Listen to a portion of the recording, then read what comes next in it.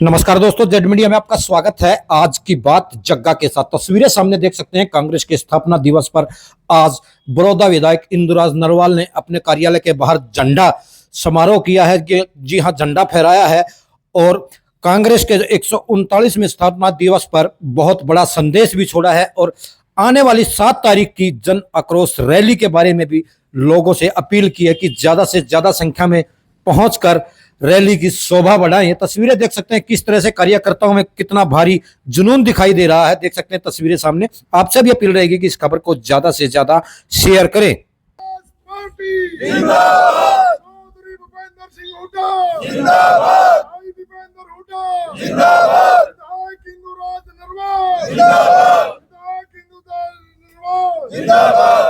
स्थापना दिवस है। देखिए, सबसे पहले तो मैं आपके सभी चैनल के साथियों के माध्यम से पूरा देश प्रदेश और हल्का वासियों को आज कांग्रेस के 139वां स्थापना दिवस पर बहुत बहुत मुबारकबाद देता हूं और भगवान से प्रार्थना करूंगा कि हमारी कांग्रेस पार्टी आगे बढ़ती रहे और 2024 में कांग्रेस पार्टी की सत्ता आए और इस बीजेपी सरकार को एक छुटकारा पाए देश, ये मेरी दुआ रहेगी। और आज आपने देखा पूरे देश में, प्रदेश में वो और हल्का लेवल पे कांग्रेस पार्टी ने 139वां स्थापना दिवस मनाने का काम किया और सभी ने अपने अपने ऑफिसों में, कार्यालय में झंडा फहराने का भी काम किया। और मैं प्रदेश की बात करूं, चाहे देश में आज हमारे जो प्रधान हैं मल्लिकार्जुन खड़गे जी, वो दिल्ली में झंडा फहराएंगे। उनकी साथ ही हमारे सांसद दीपेंद्र हुड्डा जी, माननीय चौधरी भूपेंद्र हुड्डा जी और उदयभान जी, हम अपने प्रदेश के चंडीगढ़ में झंडा फहराने का काम करेंगे। और मैं बताना चाहूँगा कि 28 दिसंबर 1885 में कांग्रेस पार्टी की स्थापना हुई थी और जो हमारे सबसे पहले जो प्रधान थे कांग्रेस पार्टी के, WC बनर्जी थे। और कांग्रेस पार्टी, देखा आपने, जब हमारा देश गुलाम था उसको आज़ादी दिलाने के लिए कांग्रेस पार्टी की स्थापना हुई और देश को आज़ादी दिलाई। और बहुत सारे जो हमारे कांग्रेस पार्टी के महान और देश के बहुत सारे व्यक्ति जिन्होंने अपने बलिदान देकर देश को आज़ादी दिलाने का काम किया। इसीलिए आप सब ने पता कि भाई कहते हैं बीजेपी वाले कांग्रेस ने किया, कांग्रेस ने सबसे बड़ा अगर कोई काम किया कांग्रेस पार्टी ने तो देश को आज़ादी दिलाने का काम किया। जो आज की सत्ता में बैठे लोग हैं ये तो देशद्रोही थे, आज ये देश की बात कर रहे हैं। ये आज स्थापना दिवस मनाने का हमने काम किया है।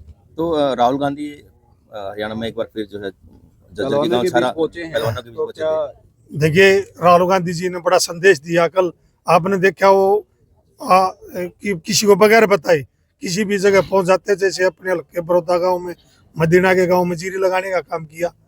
और कल देखा आपने छारा गांव में खिलाड़ियों के बीच अचानक पहुंच गए और देखा आपने खिलाड़ियों के साथ बड़ा अन्याय हो रहा था।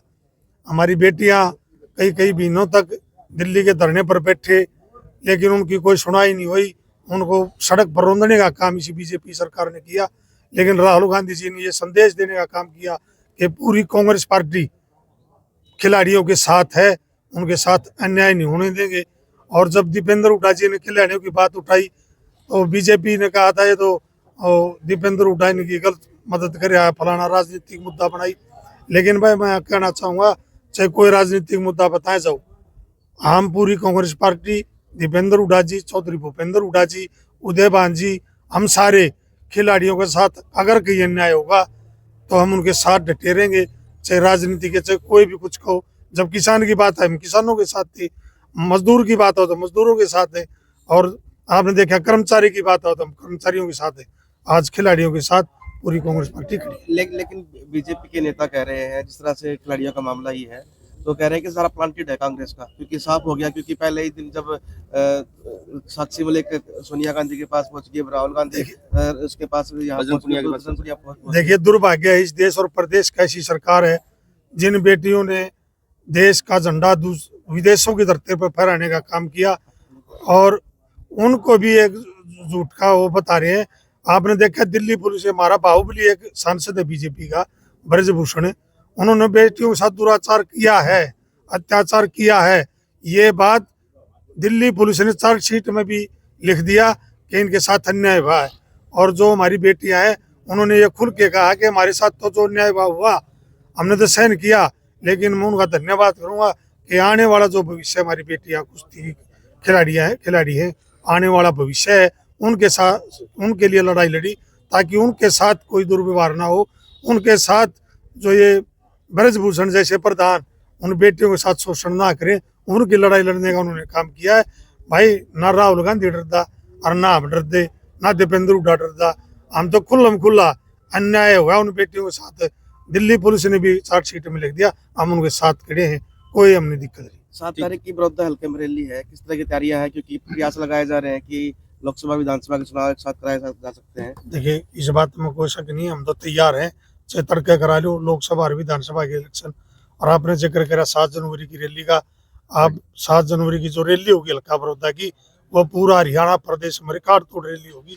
इस रैली का कोई भी, सभी रैली हमारी होती आई, उनका एक न एक रैली रिकॉर्ड तोड़ती चली गई, वह उससे बड़ी। लेकिन मेरे को इतना विश्वास हल्का बड़ौदा पे कि इस हल्का बड़ौदा की जो रैली होगी जन आक्रोश रैली, उसका रिकॉर्ड कोई भी हल्का नहीं तोड़ पाएगा। और हजारों की संख्या में वहाँ लोग उस रैली में भाग लेंगे और ये संदेश देंगे पूरा हरियाणा प्रदेश में कि बीजेपी जा रही है और कांग्रेस आ रही है, और आने वाला मुख्यमंत्री इस प्रदेश का चौधरी भूपेंद्र हुड्डा बनने जा रहे हैं। राहुल गांधी न्याय यात्रा भी शुरू कर रहे हैं। बिल्कुल, न्याय यात्रा एक देश की पहले था भारत जोड़ो यात्रा, सबको आपस में जोड़ने की बात करेगी, लेकिन आज न्याय और अन्याय की बात आ रही है।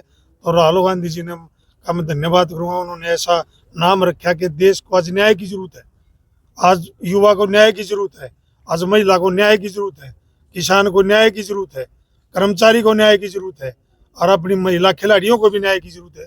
और ये न्याय दिलाने का हम काम करेंगे। और इस जो ये यात्रा होगी, इसमें आप देखना लाखों की संख्या में भीड़ उमड़ेगी और राहुल गांधी जी का साथ देगा। अनिल विज का यात्रा को रह गए हैं बस। देखिए अच्छा तो बोला, छालनी भी के बोल रहे, उसका खुद बेचारा उसकी हरियाणा सरकार में गृह मंत्री है, उसकी हरियाणा सरकार में कोई मुख्यमंत्री भी नहीं सुन रहा। उसका देख के आपने स्वास्थ्य विभाग 6 महीना तक खाली पड़ा रहा, कहीं फाइल तक दस्तक नहीं हुई। तो अनिल विज जी ने तो वो कहा था ना हुड्डा साहब ने कि उनका स्थान आगरा में है, यहाँ कोई स्थान नहीं होगा।